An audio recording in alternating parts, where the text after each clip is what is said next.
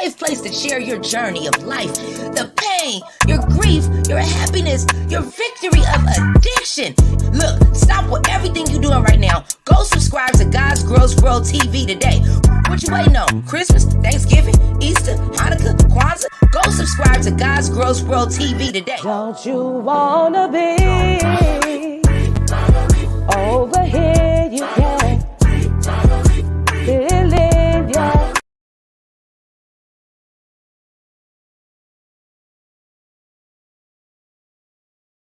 God's Gross World is a safe place to share your journey of life, the pain, your grief, your happiness, your victory of addiction. Look, stop with everything you're doing right now. Go subscribe to God's Gross World TV today. What you waiting on? Christmas, Thanksgiving, Easter, Hanukkah, Kwanzaa? Just go subscribe to the sister today. Show some love. Tell them Lady Snoop saying shit. I can't be over here in your world. Go subscribe to God's Gross World TV today.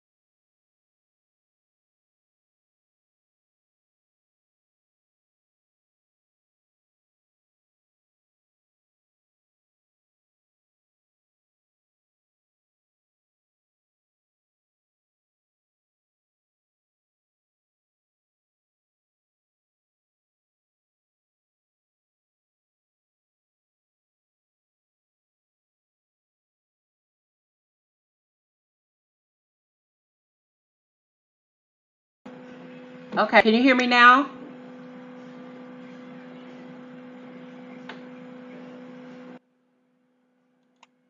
Can you hear me now?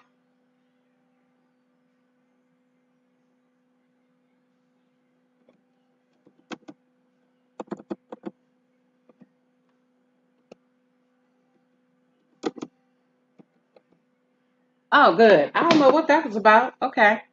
Well, hey everybody. It's been a while. I miss you guys.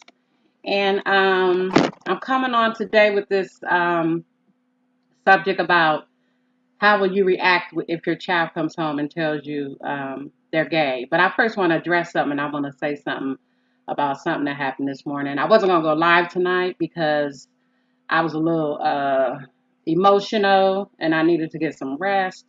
But I got some rest and I woke up feeling good. And I just saw some stuff this morning. YouTube is vicious, is vicious, is vicious. I don't know. Sometimes I'll be like, do I want to do this? Because this place is, but I don't conduct myself in a way to have to deal with that. I happen to just get attacked that time, but I don't put myself out there like that to go through all the bull crap. But I had seen something that happened with Polar this morning, and it was heartbreaking. I don't look at a lot of these these bloggers because I don't like to hear people cut people down and all that stuff. So, but it was heartbreaking to see what happened with him, and I very much was able to understand what he was dealing with because I had to deal with it with my mom. So my heart was really broken. I couldn't stop crying this morning. It was very, very, very sad to see your family, your bloodline, communicating with the op, whatever the op is, but somebody that you don't mess with. And it was sad. It was really, really, really sad. Hey, niece. And so I was watching a live like about a week ago where I saw a mother up there talking about her daughter being gay, and because of her spiritual beliefs, she didn't.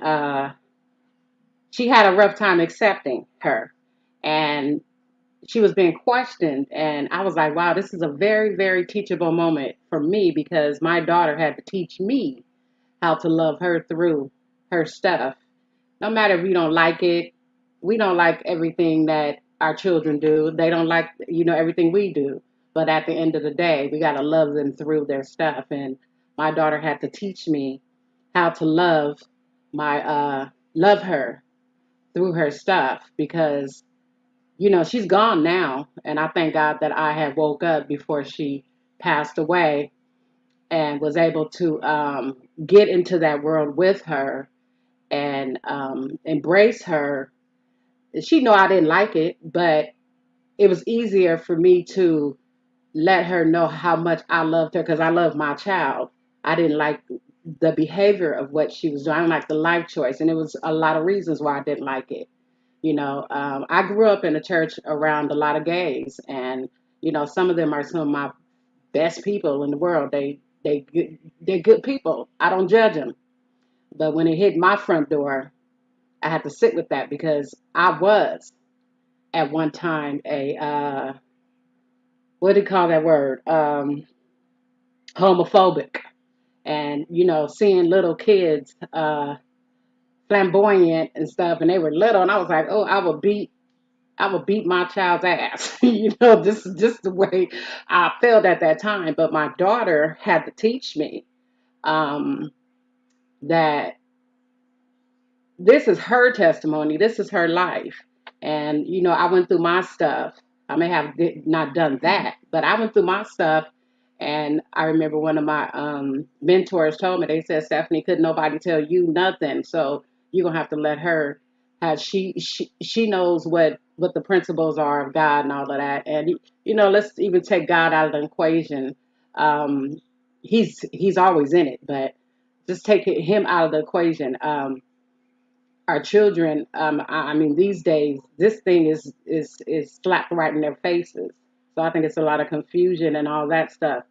But when it hit my front door, it messed me up because my daughter at that time, I was getting ready to get married, and she's like, okay, because she was my right hip. Wherever I walked, she walked. All her life, all her life, she was my little mini me. Dressed best dress. She was a little diva. And when she told me that on the day of my engagement, little get together, I was messed up. I was like, why would you pick this moment? But she felt like, well, my mom's in love now, so maybe she can take her eyes off me and put her eyes on her dude. You know what I'm saying? And I was like, I don't know how she thought that was going to change, but that's the day that she chose to do it. And I was in shock. I cried. I was like, and it wasn't just that what she did, but I was afraid for her for that lifestyle. And I'll tell you later on why I was afraid. But so many things come with that lifestyle. So many judgment. I was embarrassed. I was ashamed. I thought blame myself. I was like, what did I do to cause my daughter to want to go down this route? And I was like, well, maybe she saw me fighting all these men, because I was hurt so bad when I was younger and had been abused so much, I became the abuser. And she saw me fight niggas. And she saw me, I used to always tell them, nigga, don't let me get up. Because if I get up, I'm coming for you. I'm still coming for you. You know what I'm saying? And my daughter and my children have called the cops on me a few times because I was totally out of control. And I wouldn't stop. I wouldn't stop coming for her. It's not funny, but this is the kind of way that I lived in front of her because I was protective. I was very protective of my cubs and anybody coming for me, whether it's something they said or something they done to me. I'm gonna hurt you before you hurt me, and that was my mentality back then. And I remember what it was like 2010. No, yeah, 2010. I started speaking all over the place because of my son, and I was actually getting ready to speak at this place in Stockton called. It was a boys' ranch, boys. What do you call it? It wasn't a ranch. It was the boys. They little prison or whatever. So I would go on there and speak and stuff. And hey Kiki. And so that night I had a dude. My ex was the type. It was like I was his muse. He wanted to use me to speak his voice, but he didn't have a voice because he didn't go through anything. He wasn't delivered from anything. I was the one that was delivered. I was the one that they were asking for. But he wanted to use me to be his voice. And I said, you go when you go speak somewhere, then you can write whatever you want to write, but you're not going to tell me what I'm going to get up here and say to these kids.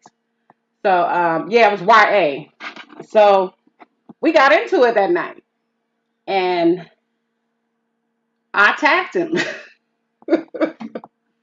And I remember my daughter, because she seen a shadow, and she thought he hit me, and she said, I know you didn't hit my mama, nigga.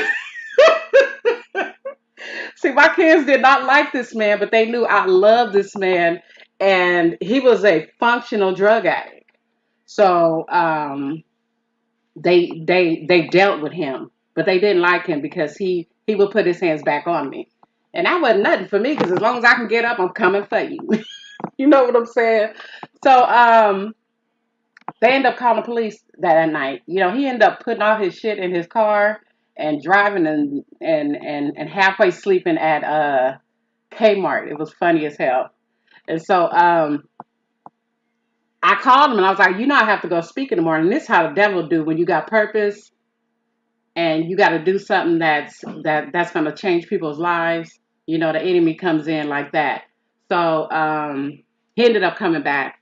I had scratches all on my leg.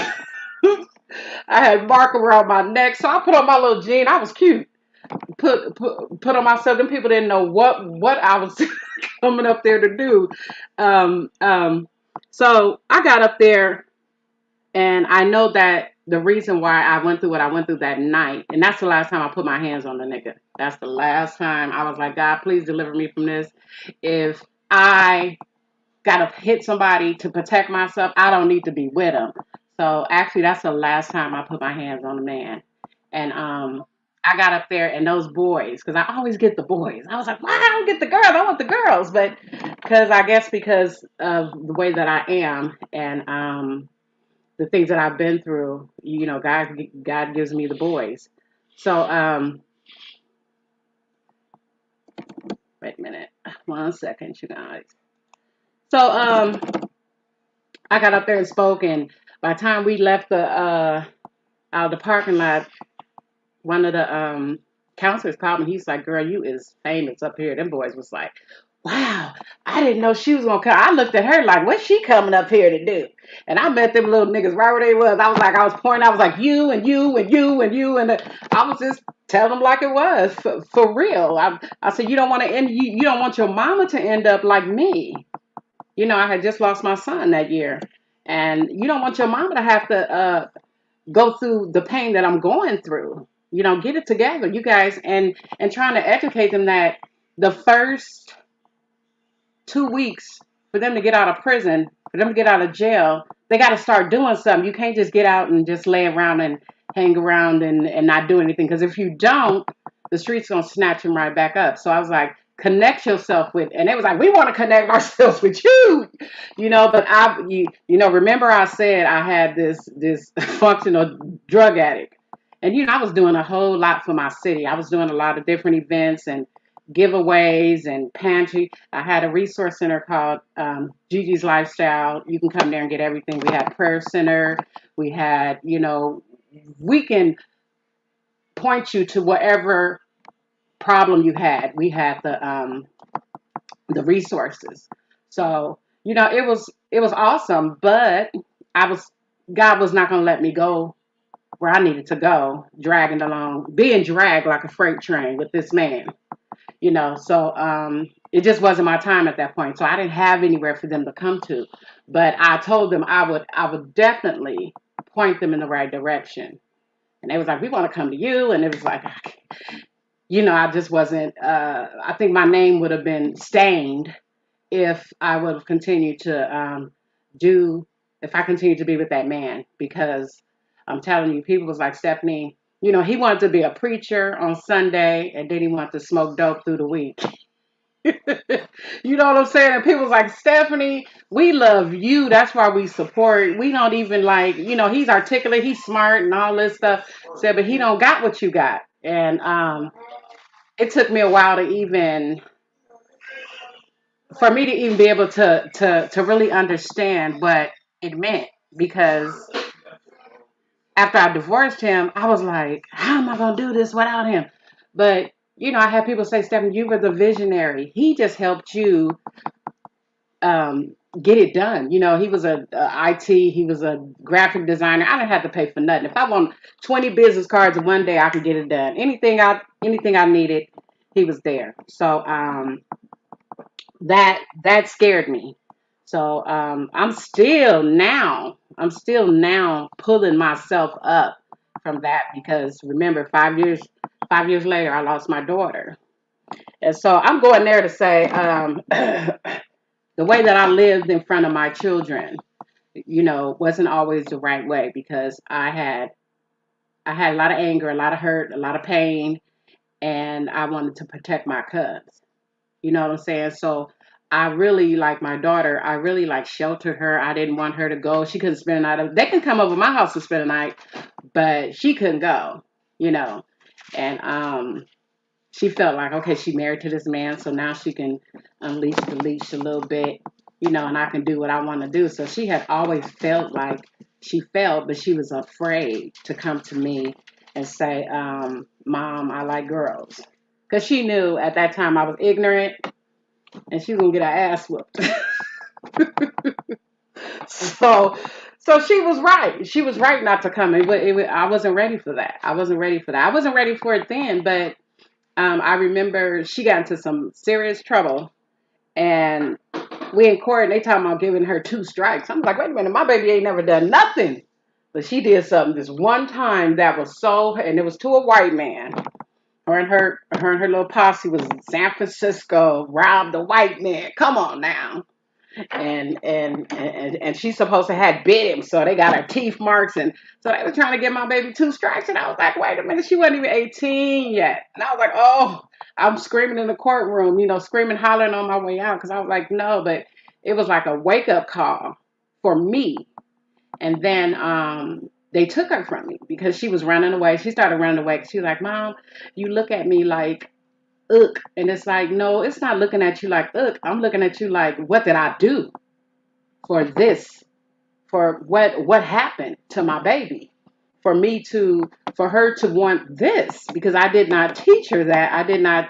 And the part that's missing is, I'm going to go through that later. But I was just trying to figure out why. I never ever thought she was molested, because I laced my kids up very young, because I was molested from 5 to 12. So, and then I was still abused by men pretty much my whole life. So I laced my kids up very young. So I thought if anything happened to her, she would come tell me. And then she knew I was a little cuckoo too back then. So she was like, I ain't telling her she gonna go over there and try to kill somebody. And dang. And so she never said nothing. Give me a second, y'all, because I'm trying to figure out where I was going. I ain't crying today. Cried all morning. Where was I going to go with that? Oh, so she got in trouble and they took her from me and they put her in juvenile. Then they put her in a group home. They said she can't come home because she's a risk. She's a runaway. And yeah, she had been, whoa, dragging me and dragging me. You know, my bishop at the time, he went and got her, kept her for a week for me, and she just kept running away. You know, she called the CPS on me. Guess why she called CPS on me? Because I wouldn't buy her no boy clothes. Now I'm sure she had a closet full of shit. Third, I mean, she was really, really off the chain. She was rotten, and so CPS came knocking on my door. It was these two lesbians that called me, and they was like, "Well, we want to keep her." I said, "Who the fuck are you? No, you can't keep my mother. You lost your motherfucking mind." So they called CPS on me because I wouldn't buy her no boy clothes. So CPS came to my house. You know, I was in a nice house, whatever, 4 bedrooms. She had her own bathroom, own room, walk-in closet. She was a brat. Closet full of clothes. The lady said, "Well, what are we here for?" And my daughter said, "Because she won't buy me no clothes." And I said, "And I ain't. I'm not buying no boy clothes. I had a daughter. I'm not doing that." Okay. So um, she closed the case.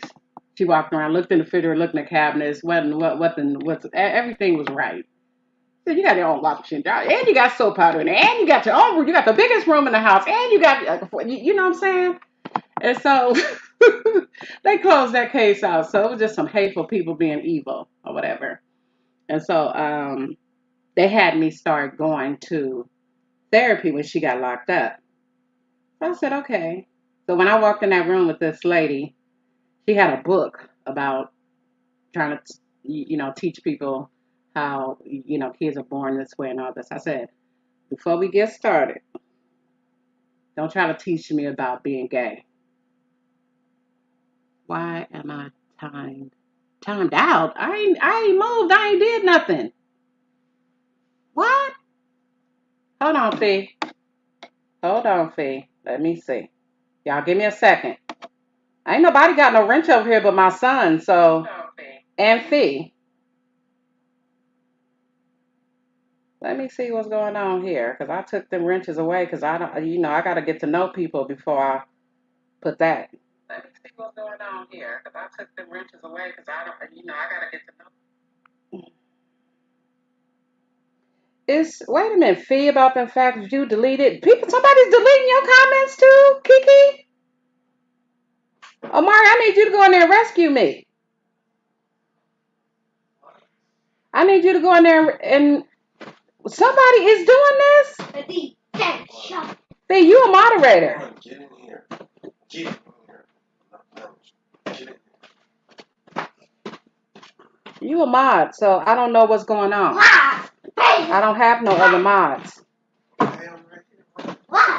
somebody's timing people out and stuff. That's what your ass get. Grandbaby want to try to come up in here while I'm on live. Okay, let me see something. Let me go back to this live. You guys, give me a second, because I ain't into these games. I don't know who's doing this. I don't have no other mods.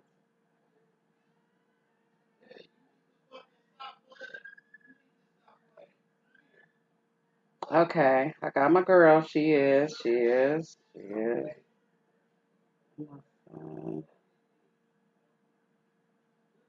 Okay. I don't have no other mods, you guys, but I'm sorry. Fee, are you still timed out? Is YouTube doing this stuff?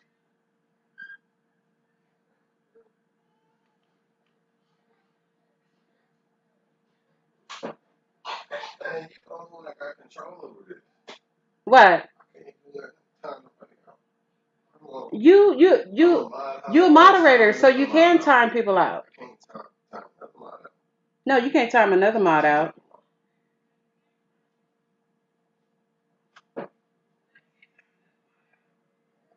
Oh, this is crazy. But I'm gonna keep pushing. No, it's saying I deleted. Oh yeah, yeah, I seen that. I saw that. Oh, it said you deleted. Well, nobody has no. All my mods don't have no reason to be deleting nobody. We don't have that over here. You know, this is a kind of a calm page. This ain't a troll page. So just fix it back, Fee. I'm gonna open the floor after a while, so I know somebody else have had either a family member, a child, or something that has walked through this. Because for me, this is a teachable moment because my daughter taught me. So what I ended up doing was I ended up telling this counselor, I said, I'm not coming here for you to teach me how to accept my daughter being gay. I said, I'm coming here because I love her. And that's it and that's all.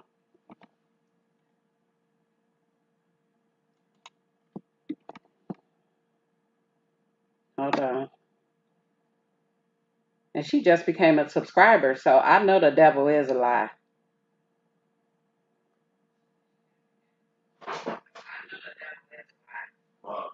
Yeah.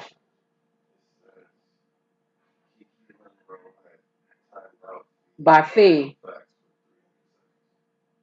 Okay, well, you back anyway, Kiki. We'll have to figure this out. I don't know what's going on.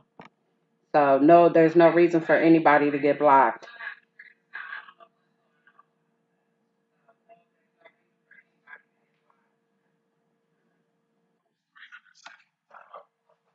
Okay. Okay, but we're going to move past this. I hate on this. Okay, so I told this woman this, and I said, check this out. You know, that's not what I'm here for. And, you know, she tried to kept pushing it on me, and I said, I said a few words, choice of words to her, and I said, "Listen, I love this little girl. She's a girl. She's not a boy. I have a daughter. I had two sons and a daughter." I said, "So this ain't that's not why I'm here. I'm here because I love her, and because she needs to know that I love her, and that I got her back." And so, you know, it still took some time. She was still kind of running away because she said, "Mama, you look at me with disgust." I said, "I don't look at you with disgust. I look at you and I blame myself for this." And so I think she turned 18 while she was in there. And so what I did her birthday, because I always went all out for her. You know, I brought a cake up there and um, clothes, and I bought unisex stuff. And she rejected the clothes. Okay, but I bought stuff a boy and a girl could wear. I bought her boxers, but they were just kind of like, it had some colors. You know, she rejected it. I was so hurt. I was so hurt. I was so hurt. I was like, I'm trying, but I can't just do this. I just can't go in the boys section for her and buy her no clothes. So, you know, the CPS lady had already told her. She said, "How old are you?" And she said she's 16. And she said, "You better go get a job and buy your own goddamn clothes." Because your mom don't have to buy your clothes, you know. And so, you know, we got past that. She got out of the group home and stuff. And it was like nothing I could really say at that time because she was grown. She turned 18 while she was in there, you know. So they put her on that medication, and I couldn't fight that because I was like, we have an addiction spirit in my family, and I don't want my daughter to get hooked on no drugs, you know, because however she was doing in juvenile, they said she was off the hook or whatever. And you know, she was a good girl. I had some even though they took their own paths, I had some good kids. You know what I'm saying? You would never. Only one time I had to check my son about going bad on a preacher, but the preacher was out of line, coming at a kid. Don't test a kid like that, trying to embarrass them. So, but I had some very respectable kids, and everybody knew that. We in church. I'd stand up while I'm in the choir, and I look at them, and they be like, "Sit still." And people be like, "Girl, you." But my kids had the fear of me. I was the only parent they had, so I was hard, and because of everything that I went through, I was like, my kids is not going to go through all the stuff that I went through. I died before I let them go through all that stuff. So I had two of them that would test the water because they would hear on the streets, your mama and your dad, your daddy was a killer, whatever, and your mama, she was off the hook and all this stuff. And I was like, but that ain't cute. Ain't nothing cute about that. That's what you ain't gonna do, is what me and him did. That ain't what you gonna do. So, two of them felt like they needed to test the waters. The other one, he had his own stuff. The oldest had his own stuff, but it wasn't as street and as deep as the other two because they was out there. They were just like me. They was out there. They knew how to go get it. They knew they tested the water, and as many nights as I prayed and I cried because I was afraid for them. They were survivors of that street thing, and that was me growing up. I got I would go to grandma's house for a week, 2 weeks or whatever, and get my energy back up, and then I go right back out. But I started that shit at 13 years old. You know what I'm saying? So I was out there, and didn't come back home, but to come and refresh myself and then get back out to Oakland.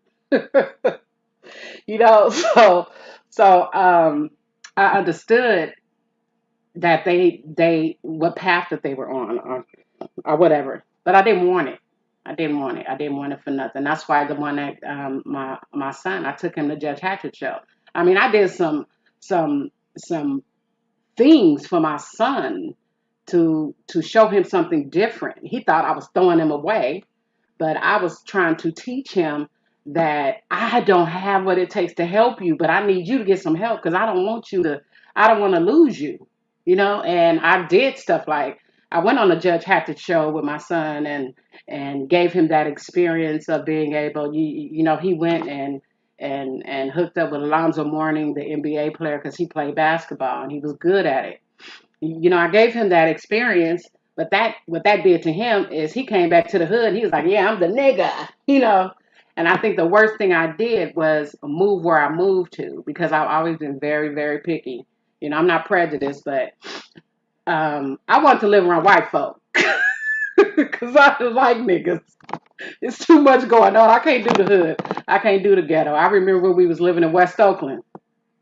I grew up out of that. I grew up out of the Acorn mob. I grew up out of that. But my kids didn't have to.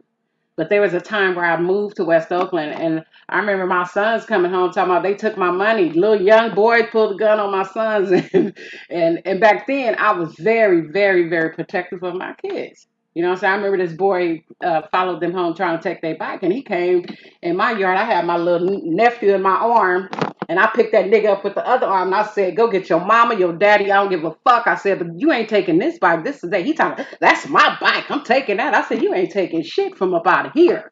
You know what I'm saying? Picked his ass up and I threw him. And I said, go get your parents, okay? Me and my crew was over there. We was like, no, hell no. Because we were trying to raise our kids decent. We were trying to. You know what I'm saying? And sometimes we got to be careful even where we move to, but sometimes you can't help it. I was a single mom with 3 kids. By the time I was 21, I had 3 kids. I'm a man, well, me. But I had one baby daddy. You know what I'm saying? I got a little respect for that, but it was like I had too much baggage. You know what I'm saying? So any kind of dude I'm gonna get is gonna be a hit and quit it, but that's gonna be my choice to do. So So my daughter, she saw a lot. She's seen a lot, and the worst place I could have moved to was Richmond. And that's where I had my daycare. I had 24-hour daycare because I kept having to leave work and come home because my son was getting into trouble. And that's before my daughter started getting wild and for she started doing her stuff, and she was watching him. Everything he did, she was watching him, and it was attractive to her because I was her, that's my, favorite brother. But she was spoiled by the oldest one, He spoiled her. You know what I'm saying? But yeah, she was spoiled probably to the day that she took her last breath. Told him when he was ready. Right, Jazzy. Right, right, right. Wow. I hope you come up and share your experience when I open up the floor. So, um, I went through so much with my kids. Whew, so much, so much. I went through so much with them. Okay, so I'm gonna fast forward all the way up because I'm about to open up the floor in about 10 minutes. Um, so my daughter was this the shit that they go through. I remember she came with a lump on her face and she told her brother, she said, I got jumped. I said, you got jumped, and didn't want to tell me because they didn't want to tell me because I would get hysterical. You got jumped? Who jumped my baby? You know what I'm saying? So her brother and her, and then I'm scared because I already lost a child. I already lost my son. And so I'm even worse. So, but I'm not bold like I used to be. I'm a little scary because I don't want to lose my kids. So her brother, I was like, no, don't go, no, don't go, no, we gonna call blah, blah, blah, blah, blah, this and this and that. And my son said, I'm going to beat them. I'm getting ready to find these niggas. So some guys jumped her, mistaken identity. They thought she was another dude. Okay, so that was one of the reasons why I didn't want her to go down that path. Because not only did you come home and say you gay, a few weeks later, I came home from work and all your girl clothes was a big old pile on the floor. And she got jeans in the closet, which I would never, tennis shoes. I never like bought her tennis shoes. Y'all, excuse me for that. She was my little diva. Okay, so I came home. I said, whoa, okay. Everybody was calling me, let me have her clothes, Stephanie. I was like, wait a fucking minute. Y'all was waiting for this? What the fuck? You guys is trying to come up on my heart, on my hurt, So, that happened or whatever when she came out. Okay. So she would get these little girls and she would get some cute little girls. I was like, and so I talked to my godmom and she said, Stephanie, you have to quit being like you is. You're going to have to get into this world with her. And boy, I got into this world. I'm not on camera, but he want to be about his grandma. Okay, but you can't talk. Come on now. Look at your nose. You just got to be quiet, okay? Hey. You slap me? Are you crazy? Take him. Come get him if I beat him. You don't slap your grandmother. He slapped me and I know they heard it. Okay?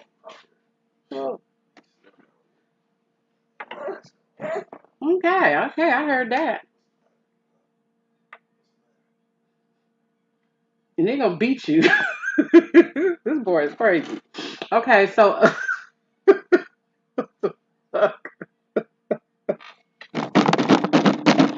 My grandson just slapped the mess out of me. I know y'all heard that.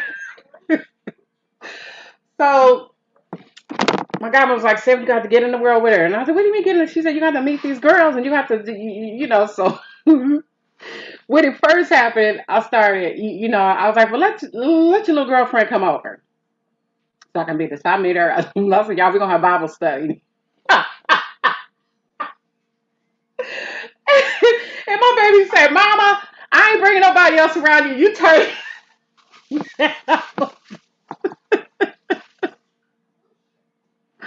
Oh, okay. Raz girl. And so, my daughter, she said, I'm not bringing nobody around you because you're making them think about do they want to do this. I started pulling all the scriptures out and shit, that's against being gay. And it wasn't about none of that. It wasn't, this is a spiritual battle. It wasn't about me reading no scriptures. It was like, so she would bring these girls around, they'd be together for 3 months or whatever. And she was a little something else. She was something else, baby. Okay. She was getting them chicks. And I was like, whew, scary. Okay, so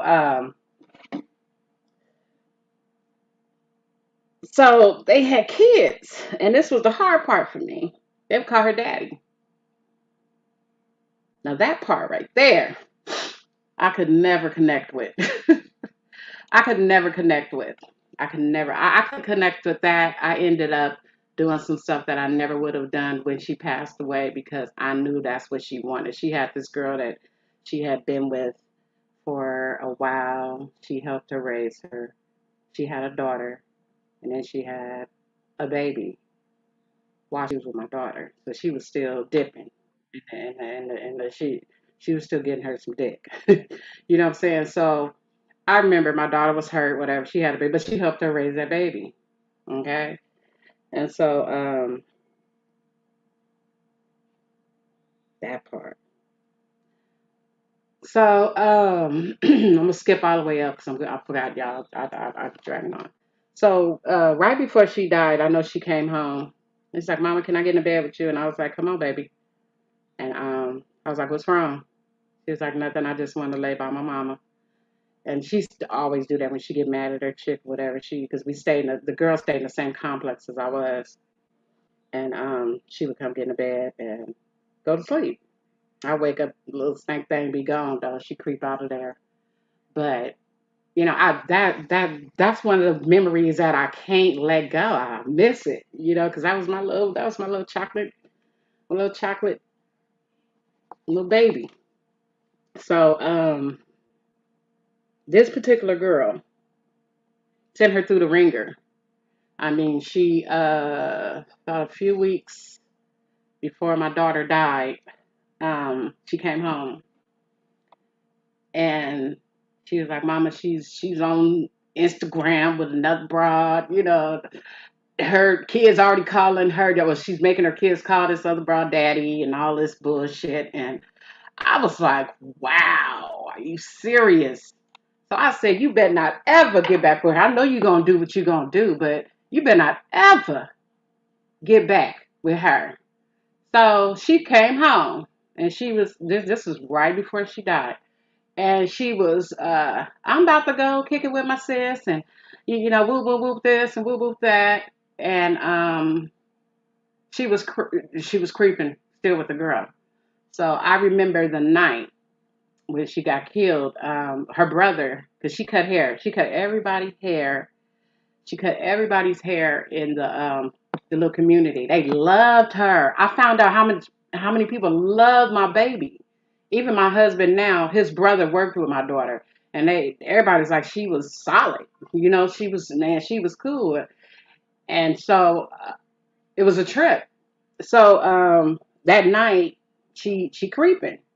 So I was like, your brother want. I texted. I was like, your brother want his haircut. I thought you said you was gonna come cut your brother hair, and she wouldn't respond to us.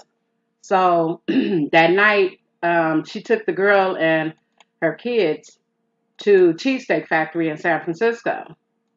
And I had just wrote on my Facebook, I don't know what's going on. I don't know if it's the labor pains of my book coming out because my book was about to hit the stores.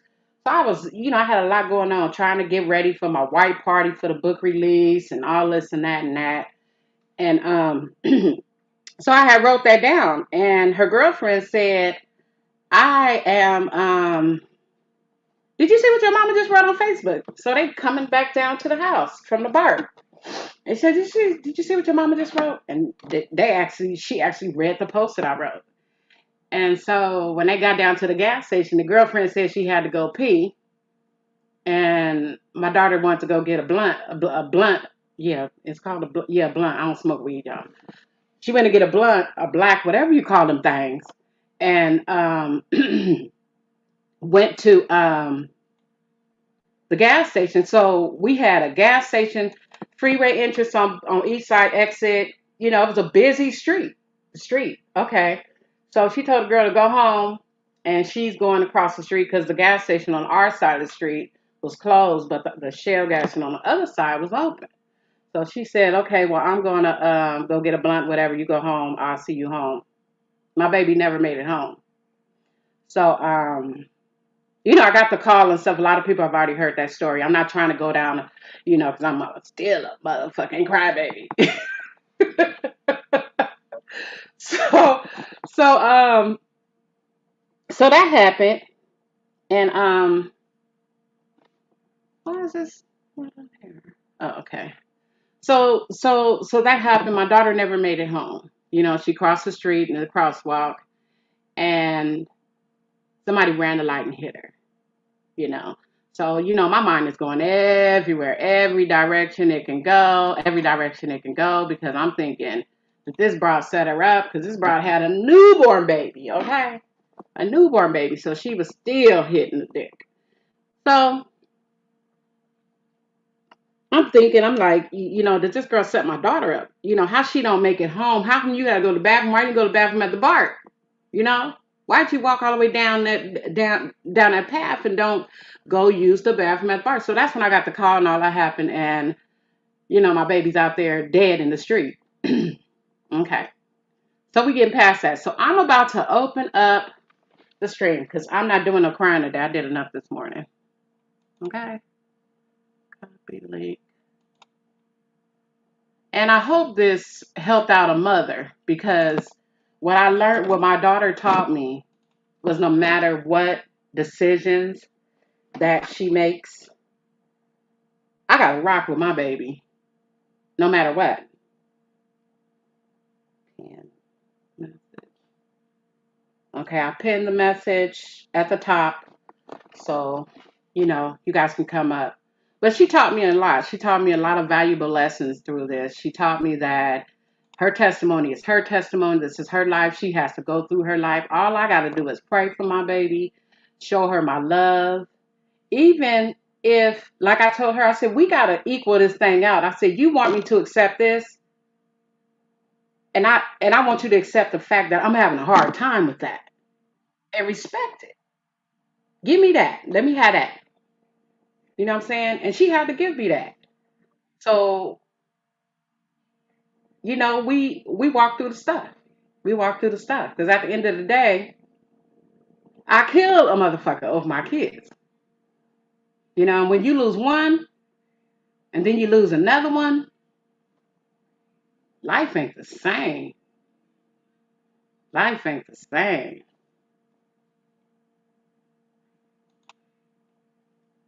Life just ain't the same no more.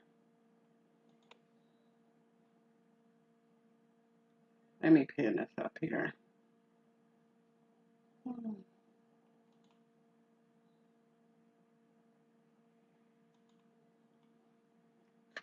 So you guys are welcome to come up, and if anybody want to come up, if not, I can keep going. I can keep going. There's a lot of lessons and a lot of stories that I have been through in my life that I know that God has kept me so that I could share them and help somebody else get through their stuff. Because I'm telling you, I made it through. I'm still making it through. This has probably been the hardest thing that I have ever experienced in my life, losing my kids, and losing two at that, 5 years apart. But I'm still here. I'm still here. So God be the glory for that. So, I thank God for that. And I know one of my sisters gonna come up in here. I'm just waiting. Oh, I'm just waiting to see. And I thank you for every new subscriber that I have. I thank you. I thank you. I thank you. This is like a slow process for me, because let me tell you, when I got on Facebook, um, after doing the first book project I did, I got 5,000 friends in 2 weeks. And this right here, this is tough. If you ain't got no stamina to stand and keep fighting for it, you would throw in the towel. I'm like, hell, I can just go do my stuff over there. But this is a wider audience. This is a more challenging audience that I want to get through to. Because even though I have people on my Facebook are from all over the country and stuff, I definitely think that this is more of a challenge for me, but I'm not afraid of the challenge. Sometimes I just get sick off of what I see going on YouTube, and it just makes me sick. It just makes me sick. Like this morning when I seen, this he's like my little bear. I just love him to death. We met not in such a good way, but I ended up being a subscriber and partnered up with his stuff because I see through stuff people see as surface. I see through to the pain. Come on, Fee. Come on, Fee. So I can see through because I know me and I know what I've been through. I know what I've been through. And yeah, we have these behaviors, but it's a bigger root. It's a bigger pain there that causes people to become what they come. Because I know me being a molestation, it turned me into a monster. It didn't make me gay, but it made me promiscuous. It made me go after niggas for their money because it was like candy for letting somebody do this to me, or I couldn't get what the other kids got. Was very, very hard to process as a child. Because I'm like, why am I so different? Okay, I ain't got no daddy here. Everybody got a daddy. So what makes me so different than everybody else? What the fuck? Occasionally I go in that bathroom and bang my head on the wall, punch myself in the nose, and say my little, I hate myself, I hate myself, I hate myself. But I didn't know that I was valuable until my 40s. When I started sharing my story, and everybody's like, you need to write a book. They have been telling me this for all the years. That you need to write a book. Girl, you've been through so much, and girl, look at you. God chose you for all are called if you're chosen, but God chose you for this because you're not afraid to share. You're not afraid of telling your deepest, hardest stuff. Because I'm very, very transparent in my book. I mean, when I was on drugs, I turned tricks. I tossed up, whatever you call it. I remember this dude, my mama was looking for me because I started using drugs with my mother. That was our bond. And she was looking for me because I had been gone for like a week or whatever, because I would get high with her, keep her getting high. And then as soon as the shit was done, she'd throw me out, you know what I'm saying? So I was like, fuck her, let me go out of here, and I was just doing my thing. And she was looking for me, and she went, and this nigga said, "Who you talking about? The $1 million toss up?" And they say she grabbed the nigga by his shirt. My mom was crazy too. Grabbed the nigga by his shirt, but she said, "Wait a minute, nigga, what you call her?" And this ain't nothing cute, but it's the truth. He said, $1 million toss. He said, "Yeah, so she must not have fucked with you. You have to have a bag to fuck with me." You know what I'm saying? It ain't funny. And son, I'm sorry, but you know my story. But it's what I went through. It's what I went through. It's real life. And I ain't the only person that because there was a lot of young girls out there with me, with their mamas too. I remember being in this crack house with a bunch of women, and a lot of them were gay.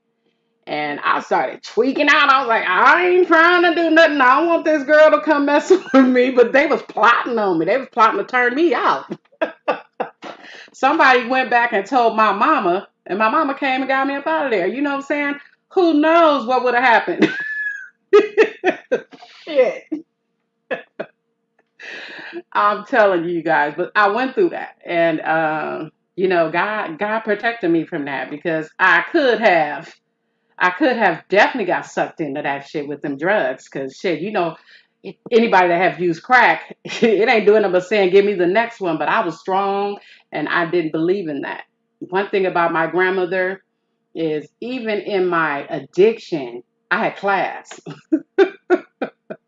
My house was still nice. You know what I'm saying? Even in my addiction, I lost my sons. I didn't have my daughter then, but I lost my boys.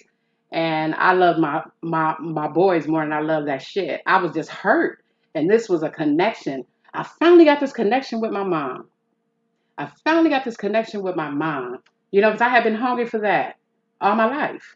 I didn't understand why I had to be so different and why my mother treated me the way that she treated me. She was just totally blank. It's like I wasn't there, but my sister, my little brother, they got that. I didn't get it. But the way that however I was born, she said she got raped when she conceived me. But, maybe, I look at it now with maturity that she didn't have the tools back then to help her through that. So I got the shit end of the stick. You know what I'm saying? So I had become a fighter from birth. This shit didn't start, when I got older. This shit started from birth. Because if I would have heard my child at 5 years old banging her head on the wall and punching herself in the nose and chanting the words I chanted, I would have bust the door down. My mama used to hear me. She used to hear me. And I could never understand that. But I got through that. It made me who I am today. It made me a very compassionate and loving person and want to help people because I want to see people go through what I went through. You know what I'm saying? So, yeah. Like I said, I got a whole bunch to say. But if anybody want to come up, especially the mother that is dealing with her stuff with her son, I read that. And, maybe we can help each other. Because I know that when my daughter died, what I did was those kids that was calling her daddy, I embraced them. I embraced them. And I did that for her. It wasn't about me.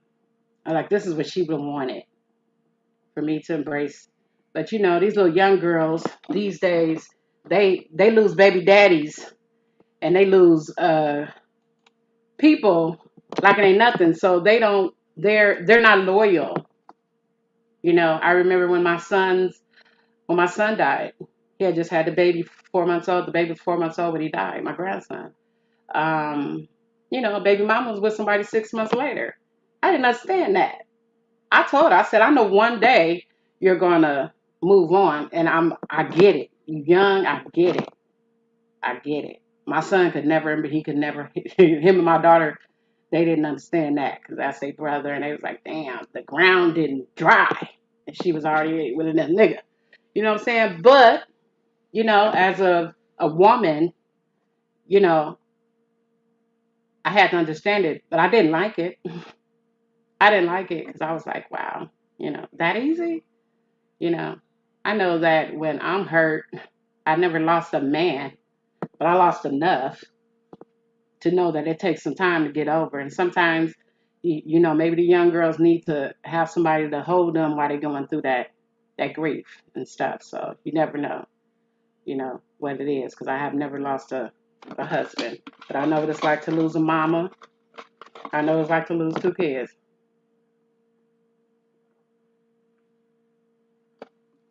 So nobody want to come up?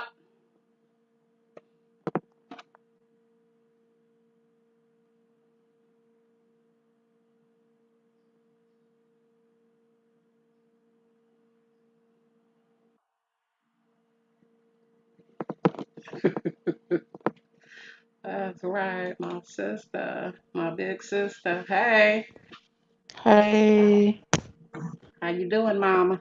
I'm great. How are you? I'm good. I'm doing it. I'm doing it. I didn't cry today. Awesome. And I'm Awesome. a crybaby. Well, God is good.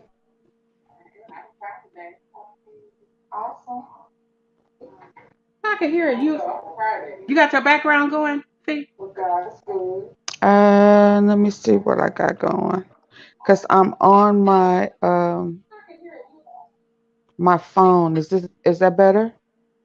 Yeah, I don't hear it. Yeah, I don't hear the echo now. It was an echo for a Okay. minute.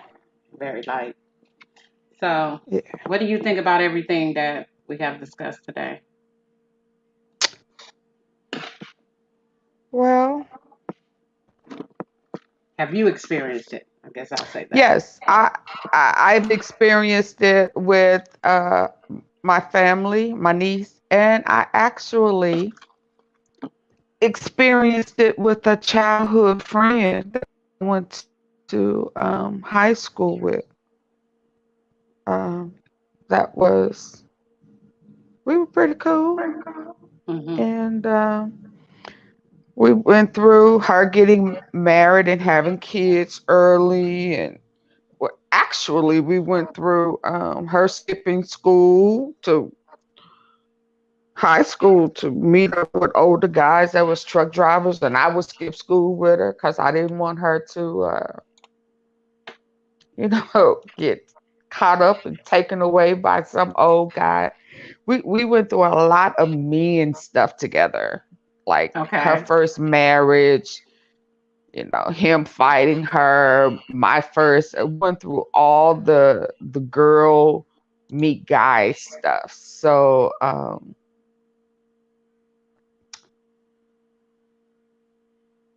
what, 20 years later, Hmm. you, her daughter tells me, which was my goddaughter, that her mom was living with a female, and I didn't know how to process it. Okay. I didn't know how to process it. I didn't know how to talk with her. I We had to it was kind of like we had nothing in common, because I felt like some of the stuff that she was introduced to, I I felt like she was kind of trying to pull me into that. Does that make sense? Yeah. Yeah. Um,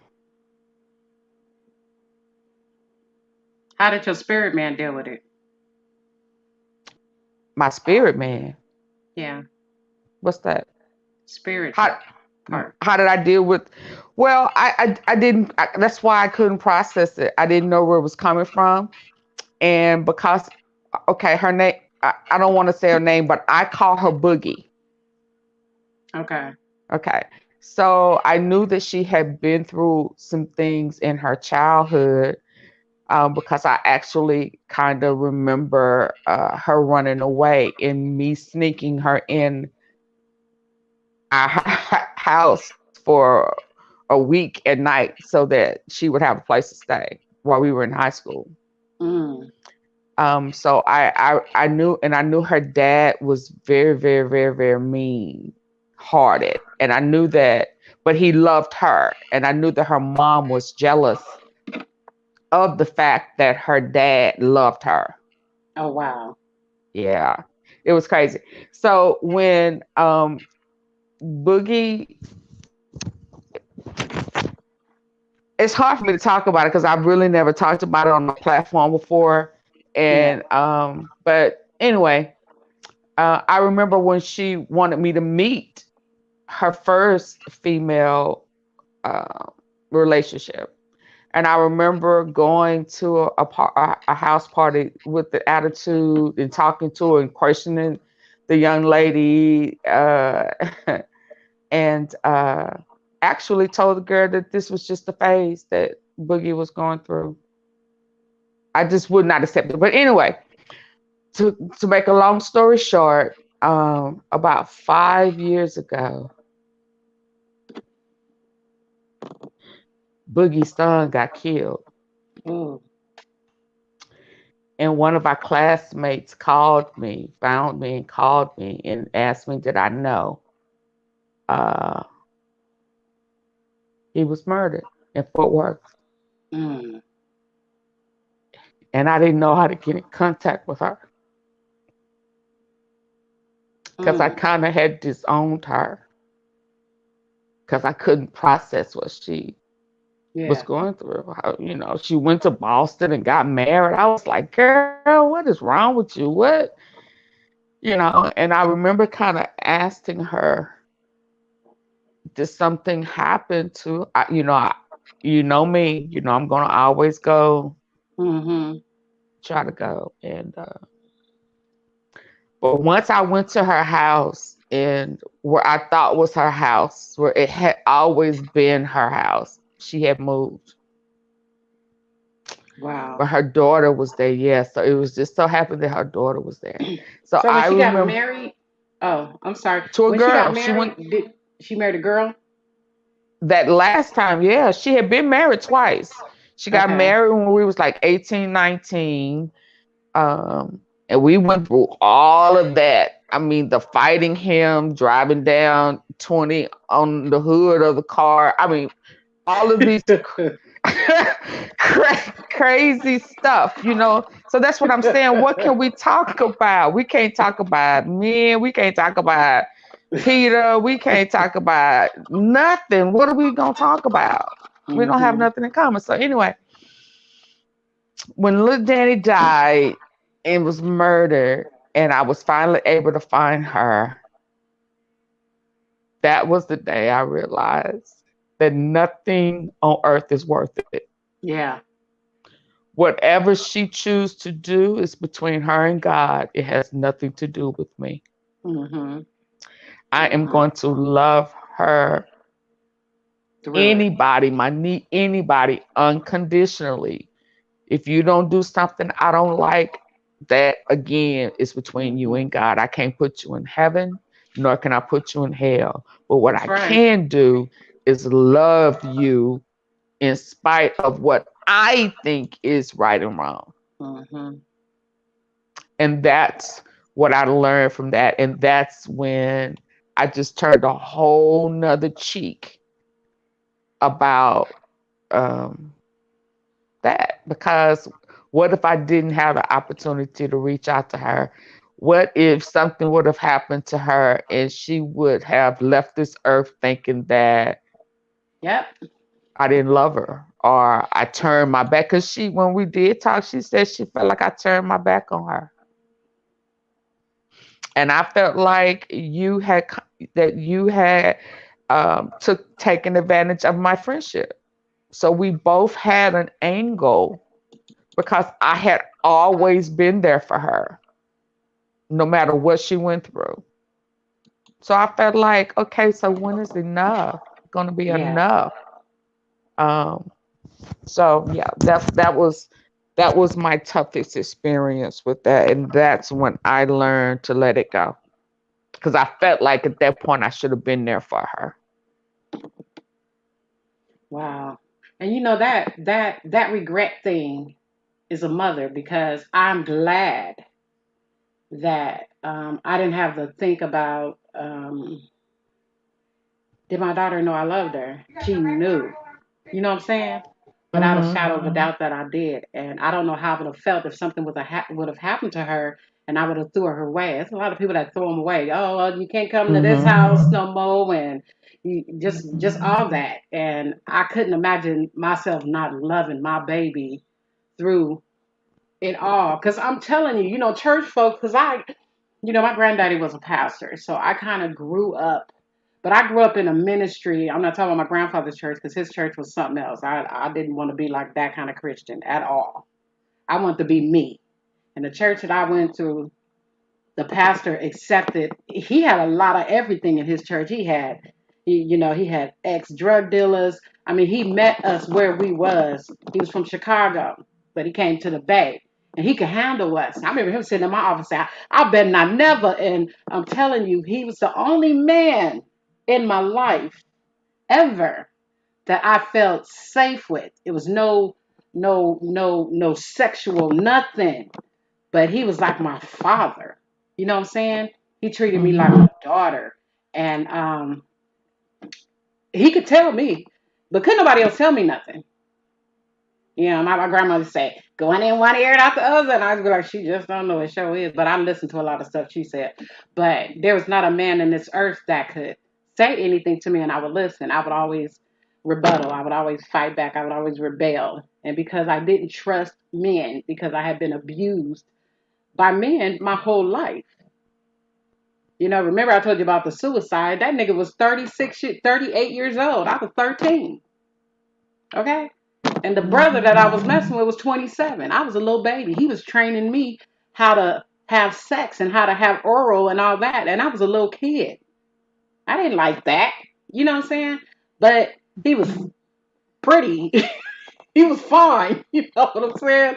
And that was it. But I was taught at a very young age that that right there was the key. You can get anything you want. I watched my mama do her do. You know what I'm saying? And I watched her dealing with tricks and all that stuff, and I was just like, ugh, I don't want that for me. But I had went through it. You know what I'm saying? So this man was powerful, and God, he died. It was like I lost my mom that year. Then I lost him. He died in December. My mom died in April. He died in December, and then my daughter died in January, a week after Let her me, let birthday. me can I ask you something? Yeah. Did you talk with your daughter about how she felt like she or Oh, why I she skipped thought? that part. I didn't even talk about that part. Yeah. Okay. Yeah. Well, no, no, because I'm gonna tell you how tricky the devil is. So, she came to me finally and her brother and told us Mhm. that she was molested by her cousin. And I'm gonna be honest. I was like, she just using that as an excuse to do what she doing at first because I So you felt didn't like believe her? I'm not that I didn't believe her. I didn't want to believe her because I told her to come to me very young. I have a cousin when I was running away, and every time I would come back because of this uncle, I used to tell her, lace her up. You okay? Ain't nobody tried to do nothing to you. I saved this girl's life because she laced her baby up, and a family member ended up trying to mess with him. What do But you because mean by laced? What do you mean by laced her I up? schooled her, I schooled her, Oh, okay. I schooled her. So she was able to go immediately do something when something happened to her baby. You know what I'm saying? Whereas she probably wouldn't have, or it probably would have happened to her. But I stayed on her. Every time I come to grandma's house, I'd be like, look, Nacha, that was my little chocolate little cream box. You know, and she was like, no. I said, well, you make sure you keep it like that. You make sure if anything, you tell it. She was like, okay, cousin, okay, cousin. So when it happened to her, but my daughter, it disappointed me because this boy he wasn't doing anything like, I don't know, because my son have not all the way told me, but he did some nasty shit to my sons, but they came home and told me, the boys. He was like peeing on them. Their mom would put my sons in the bathtub with this bastard. When she keep Oh. them, their father's sister. You know, Mhm. and so I kept my kids away from that because every time they go around him, something happened. I was like, but this y'all motherfuckers can't have my kids no more. The last little thing, somebody pulled a knife on my kids, and I was like, oh hell no! Every time they with you. But he spent most of his life in prison. I raised these kids by myself. So um yeah, the boys came home and told So me. you They was like, trusted man, him? huh? What'd you say? I trusted him. Yeah. So you trusted the guy, cousin? Well, that was their first cousin on their father's side. That was the sister kind I of mean, raised me. She kind of raised yeah. me. So when I was out there and I was having babies, I was living with her. You know what I'm saying? And wasn't none of that shit jumping off of me. So when I'm I just had kids, asking because majority of the time it's always someone that that but it wasn't that that you. I trusted them back then because what would happen was baby daddy get kids. I let them kids go baby daddy. He go drop them off at her house. Or the uncle where the roaches is crawling off the ceiling, falling off the Mhm. ceiling. So this was my kids' experience with their father. Every time he got them, he would drop them off. He didn't spend time with them. Right. You know what I'm saying? So I had to stop that because it was like, okay, because you're not going through none of this with me. So why would my kids keep being subjected to that when they're with him? Because he ain't I didn't have no respect for my baby daddy at all.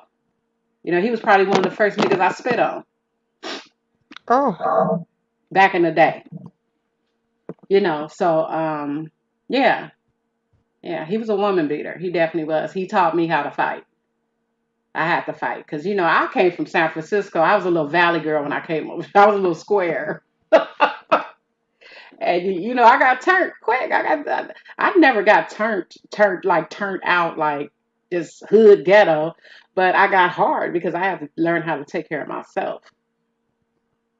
Let me stop real quick. Let me thank my lady Snoop. I love you, Mama Willie podcast. They hooked up my whole new little look. I can't even. I had to just stop and just say that. Thank you, That's Willie. You good. guys are the bomb. Thank you for my song. I was trying to upload the whole song so I could have it playing while Right. That would have Right, been yeah, nice. but I gotta turn it into an M34, an MP4. They bad, y'all. If y'all need some work done logo, your own song, all of that, Hey, Lady man. Snoop. Hey, You can Willie trust her. Podcast. Tell her your vision and she'll make your vision come to life. I love this girl. I love her. I call her my goddaughter, Okay, but well, I yeah. vision being on the island with this. I want to I knew be. she was in the bushes. But I was I just thinking see her about it. I said, how now. did I not? I looked at my logo. I said, how did I not? That should have been one of the first things I did. It's two people that I mess with on YouTube. And they may not, I don't get involved in people's crap. But when I love you, I'm very protective. And I be wanting to, but I don't want to put myself. I don't want to be a person getting on here and arguing with people. I can't do it because I want to hit. So I can't argue with people. I'm not gonna argue with none of these chicks and all of that. I had to do that with LD because she came for my kids. I had to do that because she came for my kids. But other than that, I don't want to do that. I don't want to give that. I want my brand to be messy like that. So I'm trying to have a place where people can come and they can be encouraged by one of the things that I've been through that God kept me through, and that we can have conversations about some stuff here, and be safe. Safe. Right. No trolling and all that, because everything don't gotta be about that. What is all of that? But my polar bear, I love me my little polar bear, and I definitely, Lady Snoop is them two are my rocks Oh, for real. good. So yeah, that's who I mess with. All this other nonsense, I can't even sit down and listen to somebody tear somebody down that I like. I can't do that. I just don't like watch a lot of stuff no more because it's become something that it shouldn't be. Because it's enough money out here for everybody. Lady Snoop, I gotta make you a mod, Lady Snoop, and Will.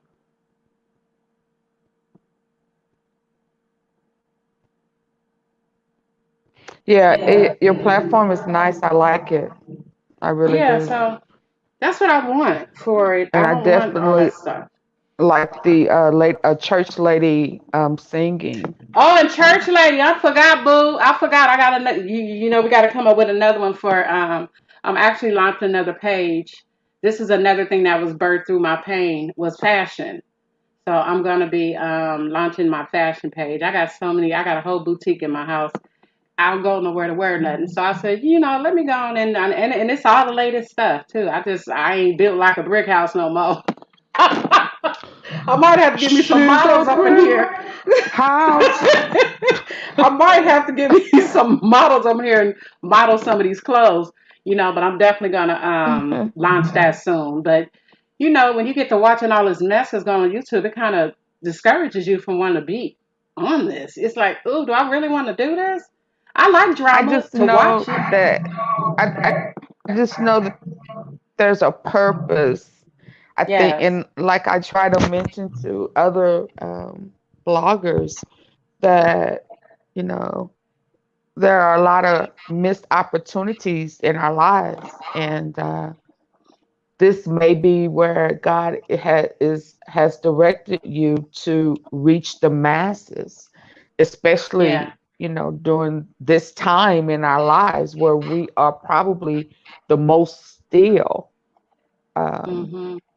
so we just have to be more useful, more helpful, and more loving and more Yeah. caring, and learn from not just our issues and problems and circumstances, but it gives you an opportunity to see uh, other people are hurting and going through things as well. Yes. If Yes. if nothing I got out of yesterday, Ugh. I know, you know, but it made it all make sense to me though. Him. Yeah. Yeah, and I just the got you. whole it just made a lot of things make sense, and it Mhm. connected some dots that I of course already knew was there, just because I'm an analyst, I analyze circumstances and situations and You a root people. digger. You a root digger. You make a nigga you, get all the way to the root. Where you, that come from? Okay, and then where did that come from? you don't see the similarities. I know, I Oh my know, God. I know. But it's But a if we good thing don't, because but yeah, you can't but we heal. don't, right? If we don't get to the root, we Yeah. just cannot heal. I put this And on Polar's page today. I said, you can't heal from what you're not willing to face. You know what I'm saying? You gotta face it. but if you remember, because we, it's funny we can laugh about it now, but we make no secrets about we didn't get along. I just, I Yeah, couldn't, yeah. yeah, yeah. And That part. and I always said my turning point with him to allow me to handle him a little different and look at him differently Yeah, is when he called out for the OGs. You remember that? yeah, yeah, yeah. And in the depths of me knew that there was a breakdown there for him to have a father, but was Huh. on YouTube calling out for the OGs. Thank you for real. So, it just made it all make kind of sense to me. Yeah. And When I saw my something, see, to be real, is when that mess happened, when he came up here, when we were when I had True, when we all were on the panel, and absolutely, that's when absolutely. I saw a little hmm boy hurt. And you remember then I said he needs that. Apologize to him. He Mhm. needs that Mhm. for whatever Mhm. reason, you And I know. got beat the hell up for that. Oh yeah, but My but it phone all number makes got exposed and everything. yeah. So I hope one day that his father uh, realized what he did. Yeah, I really, really do. I didn't say nothing negative about his dad because I get hmm it. I know he loves him to death. And like I said, you will be able to really move on when you forgive him. You got to forgive him. You can't hate him. You He can't did, hate him. and it's funny he didn't because he said when the troll guy tried to come in, he said, "I'm not gonna even disrespect him like that. Mhm. I'm Mhm. not gonna, I'm not gonna even, because he could have handled that part different. I Mhm. don't want to make excuses for him. No, I you right don't, though. You right though. You right I though. don't. But Because it was it's like I can talk about him, but you can't publicly. yeah. I You mean, know and what I'm all he saying? was doing He was. he was expressing how Yeah. there was a breakdown. And let me tell you, another thing that was piercing to me was when he said, "Yeah, you rescued me. Hmm. You came and got me out of trouble, but you Hmm. never taught me how to stay out of trouble. Hmm. Hmm. I You saw didn't so many teach." similarities with it, Oh my with this God. guy. It was heartbreaking though. It was very I cried heartbreaking. all morning. I was just like, wow, I mean, wow. and You can't sometimes be parents human. You can't be mm-mm. human and watch this and not shed a tear. Okay. You can't have problems with your family. You can't have nothing up under that rug and not have felt some type of way about what happened yesterday. No. Willie Podcast, I hope you don't mind. I didn't ask you. She don't never ask nobody. She just, Because I she don't trust a lot of people, but I know this. I know everybody that I got is from the heart, from real, for real. I don't have no fears. yeah, I get it. It was just real hurtful. And trolling went wrong yesterday. Yeah, that was terrible. Tough love went wrong yesterday. That was terrible. A lot of things went wrong yesterday. Mm. Family betrayal went wrong yesterday. Yeah, that was. I know Jesus was looking down at that saying, wow, look at my children. Look at this. And But then when I started watching that live on somebody's stuff, and they said, I almost felt bad. No, I didn't. And I said, I can't watch you no more. But I hope he gets a lesson, because I know he likes to troll, and I hope you who, listening. I hope you who, listening. who? I'm not gonna speak all them names, because I just don't Okay, mess with none of them okay, no more. okay. I ain't trying to No, I battle with don't. Yeah, nobody. we don't have to. But it is what But it is. You know what I'm but I'm saying? not gonna do that, because it's just an opportunity to learn, and it's just Yeah, an yeah. And opportunity to he do better. definitely has a lesson. I hope he's watching, because I sent him this thing. But he has to learn. He got so much. The trolling ain't worth it than what he got inside of him. I don't watch the news, but I'll be waiting to watch that news. I don't watch the news because everything is horrible and I get sad and I get anxiety. But I enjoy watching that news. I enjoy the good parts. I don't like all of that mess. You know, of course, everybody like a little drama every now and then, but it's so much purpose and it's unique way to do it that he got to get his lesson, because it ain't worth going back after nobody. Leave it alone, let it die, and become greater every day. Okay? But who don't want their parent to? I don't know. I'm gonna leave it alone. Yeah, yeah, yeah, I'm gonna leave that one alone. yeah. You know, That's just my I suggestion yeah. to him is to get great every day. Get great every day, because you got real people that's still there for you and don't even hold anything that has happened in the past, because we all got a past. Okay, all these motherfuckers put in their mouth got some shit in their own dark garage somewhere. It's everybody got a past. Everybody got a past. Okay, and then and everybody got some skeletons that can be pulled out and all that too. And usually the ones that's always digging and digging and digging, they the most dirtiest. It put me in my broken love spirit today, in mood today, and I was listening to Mo3 Broken Love, Mhm. and Kevin Gates. Okay. Right Yeah. at the beginning of his part, he said, "A old man told me that if a person paints a picture, don't let them paint another picture." Mhm. Mhm.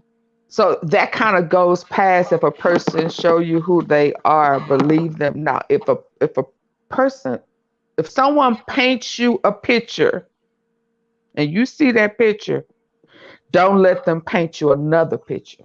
Phew, wow, that's deep, and that's for real. That's what. So the picture that was painted yesterday, I hope he does not allow, even though you love them, Yeah. don't let them paint you another picture, Yeah. Yeah. because the picture was painted yesterday. You know who I love? Why I Who? love her so much? I love my me some Lady Snoop. You know, she don't just go after people. I can't even explain how she does her thing, but I like that. Like, it's so bad for her that somebody will ask her to do something. I don't want to play with Lady And then Snoop. get mad at her because she did it. And they get mad because she did it. Bitch, you came to me and asked me to do this. all I know is mental health is real, and It's definitely this is mental health awareness month. And if you know that you have some mental issues, take your Mhm. medicine. Okay, Mhm. that's all I know. I like that kind of show though. That show is good because I get her. She'd be funny as hell though. But it's I'm sorry. Because I'm Lady sorry. Snoop will pull you in and have you right where you think you are, and then she She would flip the island and say, "Bitch, or then she'll hit that octave and baby, it is Girl, over. oh my God. Oh my God. I just and like this her. and then she'll laugh at you. I don't Yeah. want Lady Snoop laughing at me, baby. Mm-mm. Uh-uh. Uh-uh. Yeah, but It's a she few good at what people. she do. She's It's very a good few. at what she do. It's a few people that I like. You know that's in some of these places, but I just can't. I can't fool with it. And you know, because we talk, I'll be like, girl, Come, where is if Lady I want to Snoop? roast somebody, I want to go get her.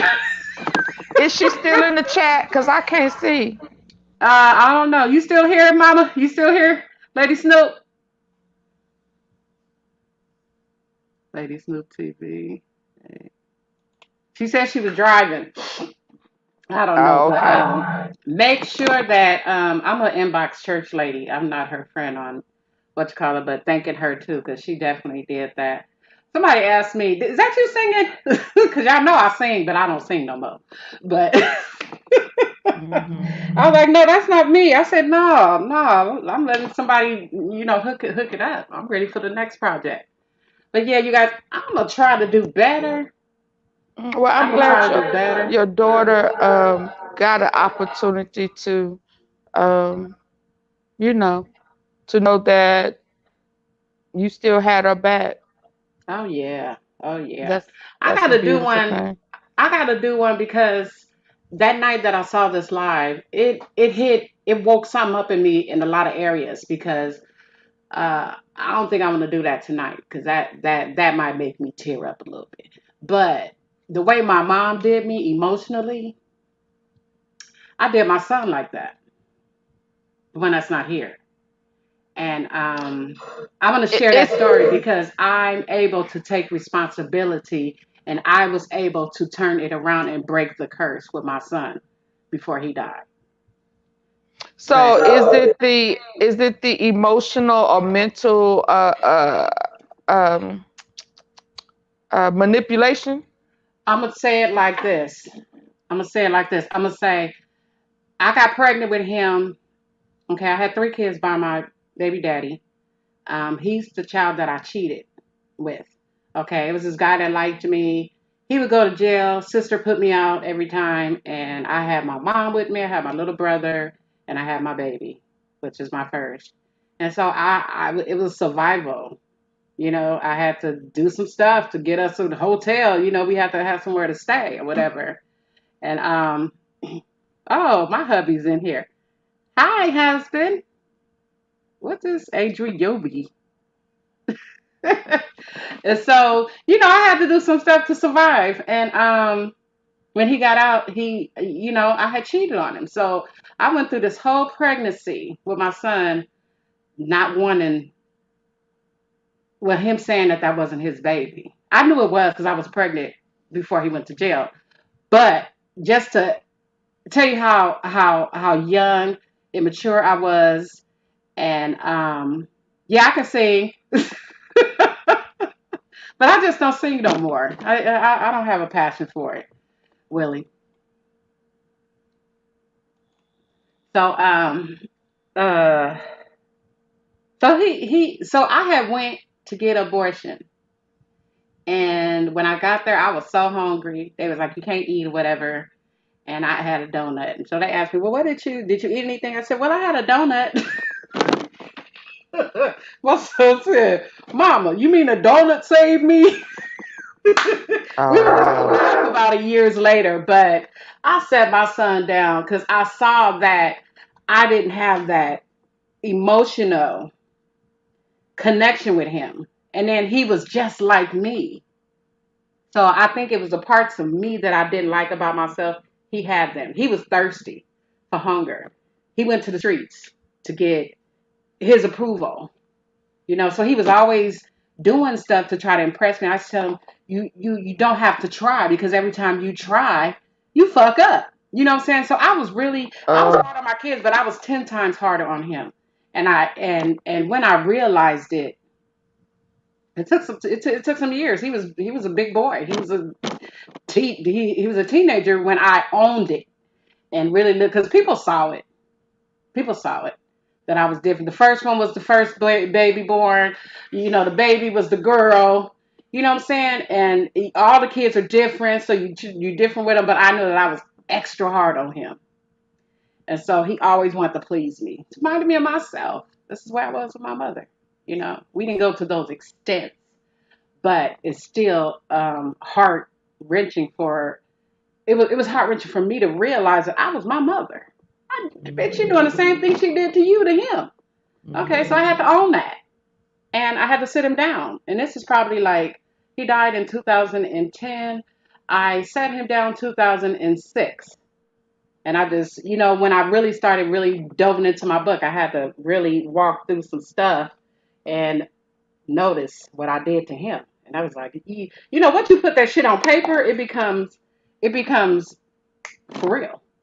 You can talk about it all day, but once you put that shit on paper and you read it, it's like, wow. Okay, so I sat him down and I talked to my son and I said, you know what? You can be mad at me. You deserve to be angry with me. I said, but I'm sorry. And then I just told him my life. I told him everything that I went through. And he was like, damn, Mom, a donut saved me. He was like, but Mom, you went through everything and you didn't have nobody. And I said, yeah, but that's not an excuse. I want to stop this now. Forgive me. You know what I'm saying? So even that, when he died, hallelujah, I was so glad that I did not have to have that memory of, does he think I love you? Did he think I loved him? Did he, you know what I'm saying? So that part right there, us as parents, we ain't perfect. All our kids are different. We treat them all different because they all got different personalities. But when you know you wrong in something, you have to admit it. You have to give that, because I made him free that day. He got Yeah, free. He absolutely. got free. Ownership is the freedom that most people need. Yeah. Um, And that, and, listen, and, and that most people want to do. That's why I say God used me to be this vessel that no matter if I'm judged, no matter how painful it is, I'm going to own that shit. Because I I don't was, think most people want to do. I think you have more people who will refuse to take ownership of themselves. Just like the lady that you was talking about, she know mm-hmm, good and dang well she ain't perfect, but she presents herself in such a prestigious, perfect way that she could not own her dirt to save yeah, her daughter. yes. Well, yeah, I was trying to figure out when I saw that it woke something up in me. I said, I need to do a live. I need to help somebody. Everybody say hi to my husband. Hi, Um, husband. so Listen, any husband of God's girl is a husband of mine. No, I'm just playing. he think Hi. I'm crazy. He's like, I have been being mean to my husband for a while, but we trying to get that shit back right. That's right. You know what I'm Yeah, saying? stop being So mean. that's my Let me hubby. say this to people who tend to the tough love stuff and say stuff like you a fuck up, or Mm, you'll never amount to nothing, or I mm, hate I had you, or all of that hateful stuff that you can say to a kid. Or when I say kid, it don't mhm, matter how old they are. If that's your mhm. child, that is one of the most, you might as well shoot them in their heart. Yeah, yeah. That shit sticks to you too for your whole It life. it is the most hurtful thing. So they were anything that they do, or any struggle, they won't get past that you said that they was a fuck up, Mhm, mhm, or they will mhm, never amount to nothing. You mhm. just put that curse on your kid. Yeah. I remember, being that little girl in the bathroom. My grandma comb my hair like the old ladies, and I go in the bathroom. I was like, I got to do my shit myself. Coming there, she knocked me in the bathtub. You little trollop, you little hoe. Oh yeah, You know what I'm saying? But that shit, that's speaking into your life of what you're gonna think absolutely. about yourself. Yeah. So Yeah. that's just, Man, I tell you, some childhood things hit me with that mess that happened yesterday. Mm, you're right. Tell you, I Hmm. cried for an hour. Even after I got off the phone. Well, we got off the phone because it brought back some stuff for me. But I think most of it I've overcome. But to see him have to go through that, because because they say that when a kid is broken, they stop growing at that age that they were broken. Oh So yeah, that part where he yeah. needed his father, which is why I said when he came up here and all that happened, I saw a little boy. Yeah, just I mean, it just make a whole bunch of stuff make sense to me. But Hmm. let me say this, because you on Pacific time and I'm on Central time, so oh What you mean? Because if something go down tonight, I'm gonna call you. yeah, yeah.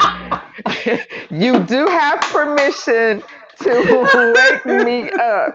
Uh, uh, now you done made me forget what I Okay, was I'm about to sorry. say. No, I'm sorry. What was I saying? You were saying Oh, that. I remember. Okay. One thing is for sure. I heard a lot of stuff. I heard a lot of stuff. And Hmm. let me say this. This is just my opinion. This is allegedly. I don't think his pops is scared of the Mm. the most no what did I say? Hmm. The mucus the Say mucus. clogged up. What was the H? The mucus. I can't remember. I gave him some mucus blogger. He he not scared of the mucus blogger because of who he is. He's scared. They scared because them PPP loan federal investigators gonna be knocking on both they doors, not doors, not Okay, doors. so let me team up with the, you know. Yeah, so that's why y'all mad. That's Yeah. why y'all had these pre-recorded conversations. That's why y'all can bond. That's why they sound real cool because they both mad because of them PPP. But they did it to themselves though. Shit. Yeah, so you ain't mad because of him trolling. You mad because he put that out there.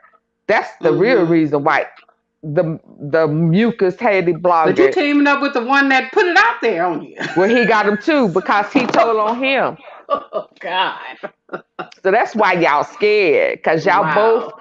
gonna be cellmates in the federal penitentiary, not penitentiary, penitentiary, because of the PPP loans. Let that sink Oh my in. God. Let that sink in. Let's be Let that. clear. Let's be clear. I love your Let's be feet. clear. Let's It's be them clear. the P and P that y'all bonding over. Y'all gonna be prison PPP pals. How about that? Buck buddies, okay? Yeah, because karma is real. Yeah, it is. And Definitely. even though it was a teachable moment for his son, he could have taught him offline. Yeah, yeah, that It part. just should have never ever came unless this was his introduction to becoming that blogger. We talked about that. Mm-hmm. Mm-hmm. My whole thing is in everything that we do, and this is to everybody. Be great. Make every day you be greater than you was the day before. Just try to be great. He You know what I'm saying? if he would have done it, they could have been the dynamic duo Wow. if they would have did it together, him and his son. Yeah. That Yeah. it could have been great if he would have teamed up with his son and been a Papa Bear and Polar Bear. It That would have been it could cute. yes. Nobody on YouTube was doing it. Mm-hmm. It could have Mm-hmm. been great. They could have weathered that together and made some buku monies, but instead you chose to come on and do that. Whew. Oh Yeah. God. Yeah. The opportunity was great. But this is It- gonna it- turn even greater because now he's free. He's getting free. Now he just gotta well, forgive. yeah, he not. He's that's hurtful. I Yeah. know It's gonna how be a old I minute. I'm not saying that it's yeah. overnight, but like I sent him the you know what I said? I said heal. But eventually you're gonna have to forgive. Because the forgiveness ain't for the papa, it's for him. So he Yeah, can be but that's free. the whole thing. That's the whole thing. Who teaches?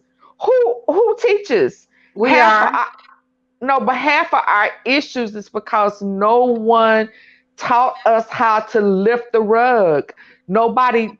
It's so many opportunities that goes.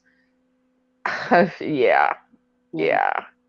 So One thing yeah, I we can can say say about him is he listens. And sometimes I notice that when somebody has given him some jewels, he don't come on for a little while. I think he processes. I think he gets it, but I think he got anger that can kind of override stuff sometimes because when you constantly have something coming at you, you can't help it. I know me. You know, I went on a 2 week or 3 week or a month little spree when that shit happened to me. You know, I couldn't get over it, and then I finally had to say I'm not giving no more life to this because right. you when somebody got when you got to do all that, it's something wrong with you, boo. Because I would never do anybody like that. I would never ever in my life do something like that to somebody. It's not human. These are evil people. I'm looking at your thing like I'm looking at you. Girl, and I just had to go grab that because again, I'm on my phone because somebody, strong armed me and put my arm behind my back and made me get up and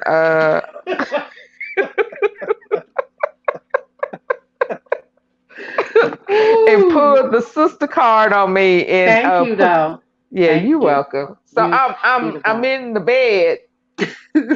Uh I gotta be honest. So I'm in the bed, so I had to use this my phone to come on. That's what took me so long. So I was like, oh my God, I gotta get a picture. So I just grabbed, you know, grabbed the picture. I'll tell you, But girl, yeah. I'm sitting here with 4 braids in my hair, ready to. It's already sectioned out, ready for me to dye it, and I ain't did it yet. Oh It's been my like this goodness. for like 4 days. It's a And I shame. had to my the football gear get yeah. So what time is it? I can't see my clock. What It time is it? is 10:50, 11. Okay, Yeah, well I'm about thank to you. wind up. I think we did a 10, little 11, time 12. here. We gave out some love and some some jewels tonight, and hopefully it encouraged somebody, and I So want to say so this, huh? so what do you want us to take away from how would you handle if your child comes to you and tell you that they're gay? Oh, Embrace so them, love embrace them them.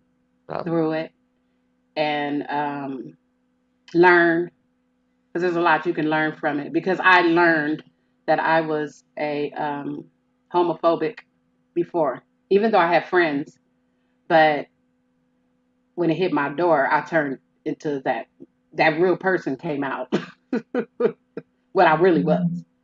You know what I'm saying? Let me And tell you what I got. So I didn't go off into details about my niece when my niece came. I talked to you about it. I just gave you a different story yeah, on the panel. But when my niece confided in me, let me tell you, and I was very homophobic, and probably at that time because my niece came out to me before my childhood friend did. okay, Okay, so I was probably more judgment. I'm going to admit that I was more judgmental with my niece. Um, But I do remember the day that she told me. I remember I said to her,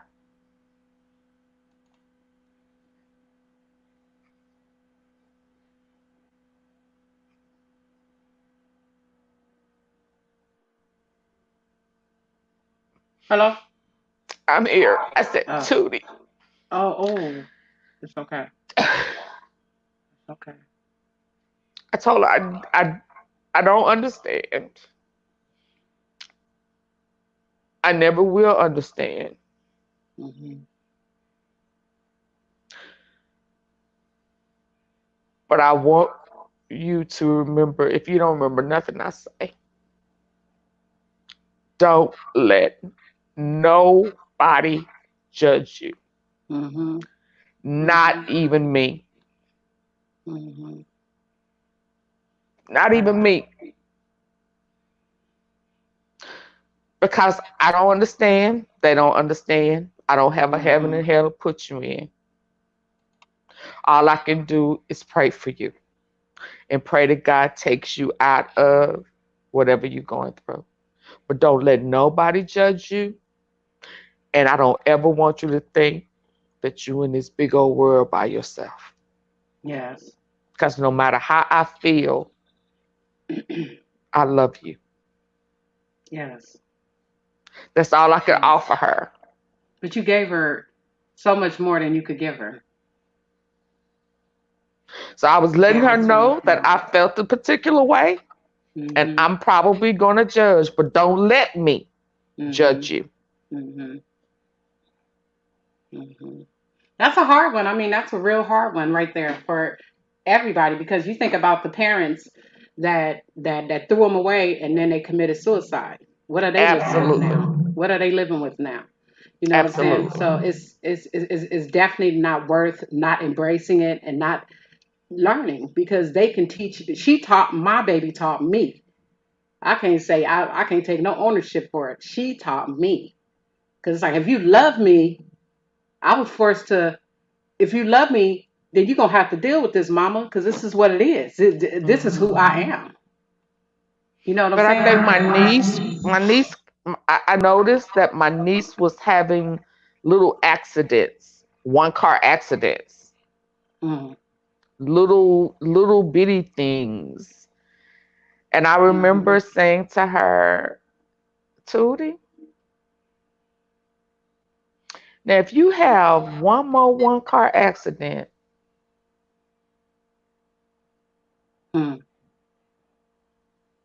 we're gonna have a problem. mm, And she said, okay. I was letting her know that I was peeping the fact that I thought that she was trying to kill herself. wow, How are wow. you having one car accidents? How did you hit the wall? Ooh, that sound like my cousin. That sound like my cousin. I'm gonna see. I'm gonna see if she want to come on and because we shared a story about her losing her mom, which is my second cousin or something, and she tried to kill herself and ran into a pole. Pretty. I mean, she's so pretty. It's she's very beautiful. And I actually went to her wedding. I did, and still same thing. Because when I seen her, I was like, "What you doing? You too pretty." You know. But it is what it is. I'm gonna see if Yeah. she'll come on and tell her story, so we can see their side of what they go through. Because I know she ran into a pole Yeah, it was just too. and she Yeah, didn't it die was though. just one too many. It's Yeah, like I've never heard of that before, but that's just how in tune I am. You know, yeah. I watched everything, so I needed for her to know that I was watching her, Mhm. Mhm. and I'm watching your habits, and I'm watching. You know, Hmm. again, I don't You understand think she was trying what to kill herself? I do. Hmm. Okay. Okay. I do. We Okay. never we never had to go to that next step. And that was why I planted that in her head to let her know that, okay, now Yeah. I did, we could talk about it now because, but yeah, I needed for her to know that I don't understand that. And we can Yeah. talk about anything, whether I agree with it or not. We can talk about anything and let me see what I can do to help you. Yes. I can't tell you about the lifestyle, but I can tell you ain't nothing worth you taking your life. Yes. Yes. So, and if you need to be free and live that life because you're going through something and you don't know how to process it, that's Mm-hmm. kind of in my head how Mm-hmm. I thought the reasoning was for these little accidents. Mm-hmm. You're feeling some type of way, you don't know how to process it. So if you need to just be free in what you're going through spiritually, emotionally, and mentally, then just be free Mm-hmm. and don't let nobody judge you, You know, because the judgment is yes. between you and God. Go ahead. I'm sorry. Yes. No, I told my daughter that because I used to ask her, I said, why is it that you don't want to come around people? And I said, if this is who you are, then you don't be ashamed of it. I Yeah, said, embrace it. unless this is not who you are Absolutely. and you know this is not who you are and you're afraid to come around people. So, but I told her, I said, if this is who you are, don't be do it like her godmom told her. She said, let me tell you something, little nigga, because your mama dressed your ass. She dressed you. She said, so if you gonna do this, turn up, look like a little dude, then you make sure you stay fit, you stay right. You know what I'm saying? And she did that. She did that. It was like, okay, because What they is used to what say, is she fine, he fine. I'm sorry. what is Willie's message? Because I'm far from the I'm TV, finna so go to I it. I'm finna okay. post it up there. Willie always good. It, Yes. it's always good to speak with people Before you before turn you the other turn the way. other way. Absolutely. Yeah, that's great. And That's speak with great. them, with the we have to learn how to love unconditionally, no Mm-hmm. strings attached. Mm-hmm. Whether we like it or not, whether Mm-hmm. the people are doing what we want them to do, I just love them where they are, because that's Yes. how God loves us, where Yes. we are. And And see, he that's loves. that's the thing about the church, because the church is the most hard on this, and the church Oh, has absolutely. has has tricked our minds and Hmm. had us homophobic. But you got hoes in there, you got adulterers and all of that, and no sin is greater than the other. So how What does the what church have the nerves well, to, because it's been church is for the sick. yeah, bunch of church Church is folks. for the lost. Yeah. Church is for the sinners. Now, the saved is supposed to go to be refueled, but the saved is supposed to go out in the world and bring Out. the sinners in. Yes. Yes. So how Yes. dare uh, Yes. we raise our nose or flip our nose? But we also need to remember that God said He came to save the world, not condemn it. Mm-hmm. And And God judge. says, come as you are. So you come with all of that stuff. Because I used to say, I ain't gonna come to Absolutely. church.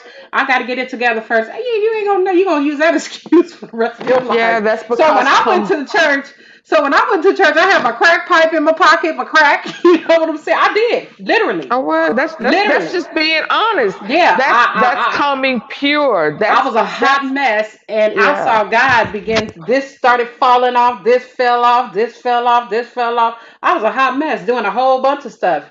You know what I'm saying? And I actually saw my deliverance happen for real. That's why the church that absolutely. I went through, God bless this man, because he changed many thousands of lives. You know, I'm the way I am because of him. So God, if I wasn't under that teaching, I don't know where I would be. I would still be lying and sitting there and, oh, I got to do this before I can do this. But he really Hmm. taught us, his members, that God's gonna get he gonna handle you. He gonna do surgery. Absolutely. He gonna prune you. He gonna and man, I'm a living witness of it. 30, maybe 36, 30 some years clean. You know what I'm saying? I ain't messed with a crack of nothing or nothing. You know? That's awesome. I'm gonna try to smoke. I can't smoke weed because it make me paranoid. I'll be hiding up under. I don't know how people can smoke weed. I'm like, I can feel my bones. I can feel everything. Oh. I didn't like the way that shit made me feel. And then I can't drink. When you Now know I who you can are, now I can't can have nobody. a drink or I two. can't drink because if I drink, I'm gonna cry about my kids. Okay. Just honest. It is. I've never used drugs. I've never smoked weed. I used to smoke cigarettes a long time ago because I thought the Hmm.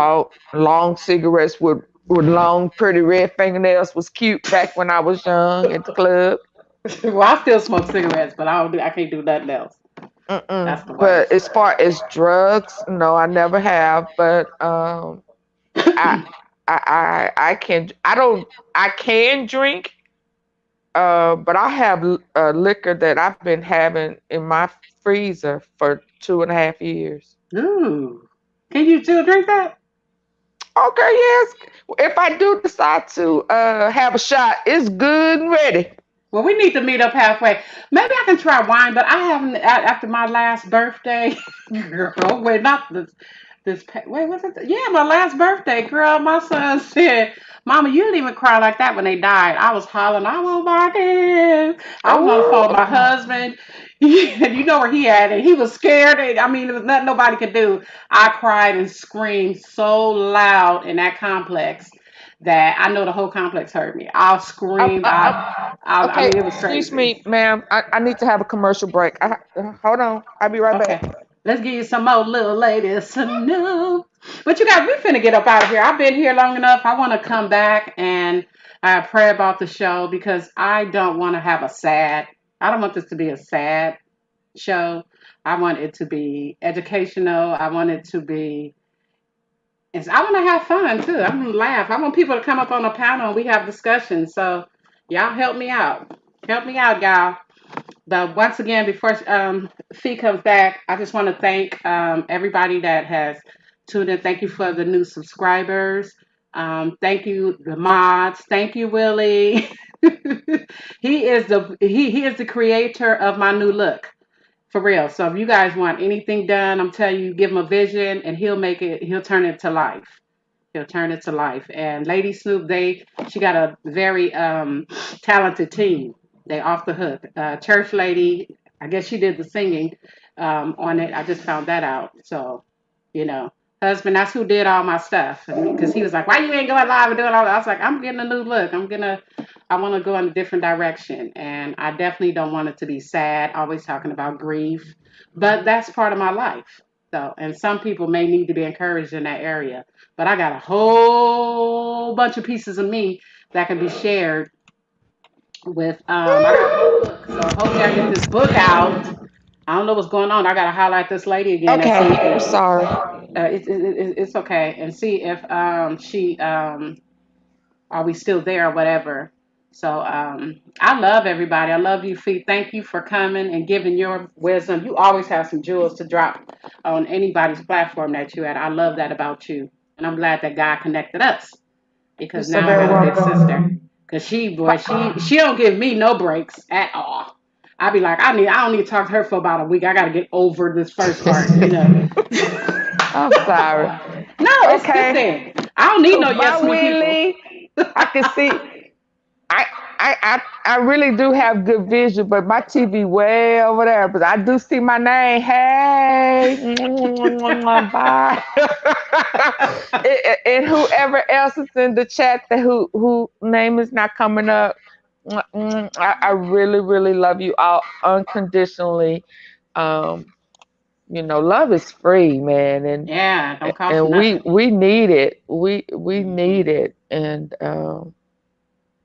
Well, I'm gonna play my little song before we get up out of here, Okay, and I let's go. thank everybody, and keep your girl up in prayer so I can continue to stay on my journey and not be discouraged. Like I said, this channel will grow organically if people, like and share and leave a comment. I don't get to, I guess I don't say it, but leave a comment and let YouTube start hearing something going on over here. Let's start making some noise over here.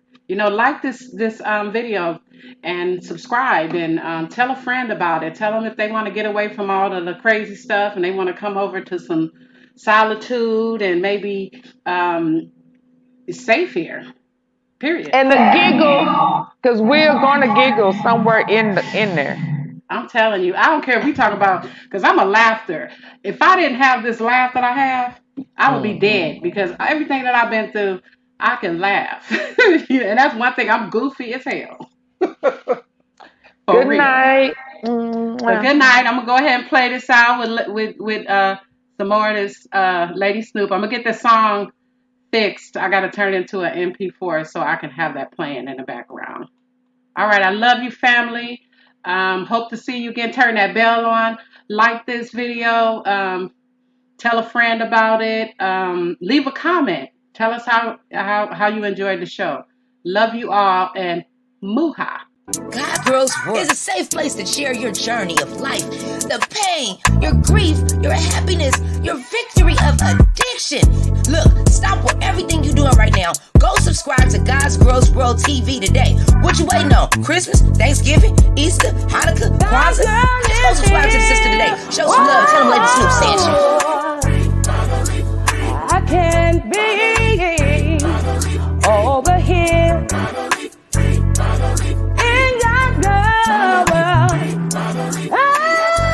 Go subscribe to God's Girls World TV today.